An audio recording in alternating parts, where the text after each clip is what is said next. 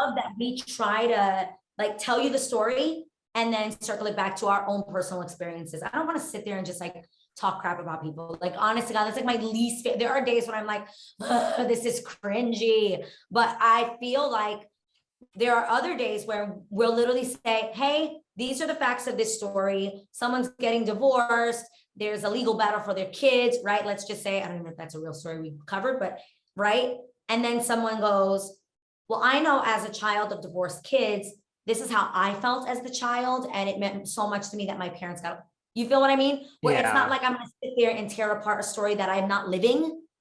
Instead, I'm going to tell you the facts of what we know. And I'm actually going to share my personal experience as a child of divorced parents. So that's what I love most. Well, that's why you're good at your job, because you're authentic and you add authentic value. Thank you. The last time you were here, I asked you what it was like working with the amazing Miss Garcelle Beauvais. And you said, you know, you were virtual and you never were in the same room. So now that you're commuting back and forth. Maybe. Now I just sit and I talk with her in every commercial break. And I'm sure she's like, well, this girl just shut up. I feel like I'm just, I want to ask her about Real Housewives. I want to ask her about Kathy Hilton and what she's like. And I just pretty much ask her all the questions about life, love, having children. She also has shared with me like her journey of IVF and, you know, struggling for 5 years to have her sons. So I just sit and ask her a million questions all day long. And I'm sure she's sick of me. She's like, honey, the day's over. I have to go now. She's like, sweetie, I'm coming out with a book. Read it, which she is. She is, and we're all going to read it. Mm-hmm.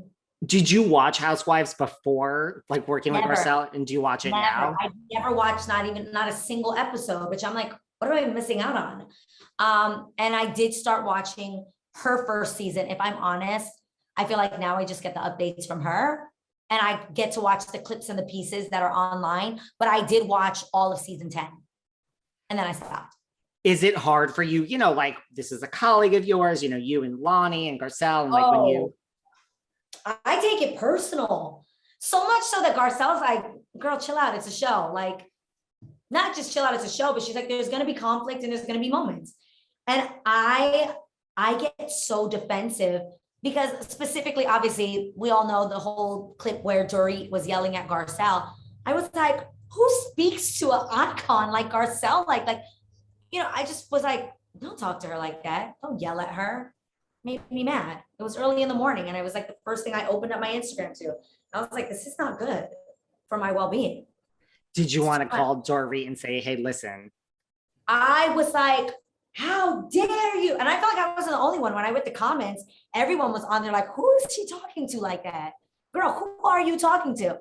But it's so funny. I've since met her and she walked up to me and she was like, everybody needs a friend like you. And I was like, thank you. Don't ever talk to my friend like that again. It was actually a very cute, funny moment, but she got where I was coming from. I love it. Yeah. Do you get like little tidbits like, hey, Garcelle, you know, I mean, not that you're going to share anything here, but like, do you get like, you know, I'm sure you know some stuff that's going on in real time. For sure. Yeah. What about this whole, are you shocked at, I mean, I know you guys just talked about this too, you know, like Garcelle unfollowed Erica and this was a huge explosion just to unfollow someone. Yeah. Are you shocked at like that or? I was shocked that Garcelle didn't know that unfollowing somebody was like a world proclamation of where your status of friendship lies. She was like, I didn't think it was that big of a deal. I'm like, girl, this is a big deal. So that was interesting. And she just shared that I guess they had, she called her something that she didn't like. So we all have to tune in and watch. We're going to have to tune in and watch. When was the last time you unfollowed someone that we all know of and it was World War III? I don't really unfollow people. I might not even be super buddy with you anymore, but I'll just keep you there. If you still follow me, I still follow you. Here we go. There is that like mute button, people. It's like you can just not see anyone's stuff ever. Yeah. Mute them. This right? Is true. It's a lot. Yeah, see, if only Garcelle just did that. No, she wanted a whole unfollow for sure. How was Garcelle's birthday party? It was amazing. I had a lot of drinks and then got on a flight. So it was easy breezy. I was in the air like, woohoo. My mom came with me and she was like, my mom's never been in that sort of environment. So she was definitely culture shocked. Yeah. There was a crawling Kyle Richards on the floor in like a leotard with like a little, yeah, you got to see it. My mom was like, what's happening here? She's like, wait, this is not Scarsdale anymore, honey. Yeah. What about you guys had Kathy Hilton on The Real as like a guest, you know, like. I love her. I'm not gonna lie, kind of obsessed with Kathy Hilton. I think it's more so just learning how like ridiculously rich people live. Like their tax bracket is something I can't even comprehend. So I just sit there and I'm like when I go to a restaurant, like, what should I order? She told me about something called, I think it's pronounced Krug or Krug or Craig or KRU something G, and it's that champagne that's supposed to be really creamy. So I went out the next day and I bought it. Haven't opened it yet and tried it, but I know that I'm supposed to have it with my caviar. But yeah, that's just the life of Kathy Hilton. Me, quite unfamiliar with these things. So I just sit there and I'm just like, tell me about your wondrous life. And it's all natural. It's like, wait, this really is Kathy Hilton's life. Yes, yes. She literally was like, yeah, I flipped the house for like 58 million. And I was like, sorry, what? You're like, wait a second. But you know what? If that were you and you flipped the house for 58 million, you would still be on I Can See Your Voice. You would still go to The Real because you love your job, right? For sure. I love my jobs. I love working. I love getting up in the morning. I love hopefully being a representation of Latinos that they appreciate. You know, representation is super important. And it's one of my favorite things when people are like, I love that there's someone that sounds like me, that looks like me, that grew up like me on TV. It's just a reminder that I can do it too.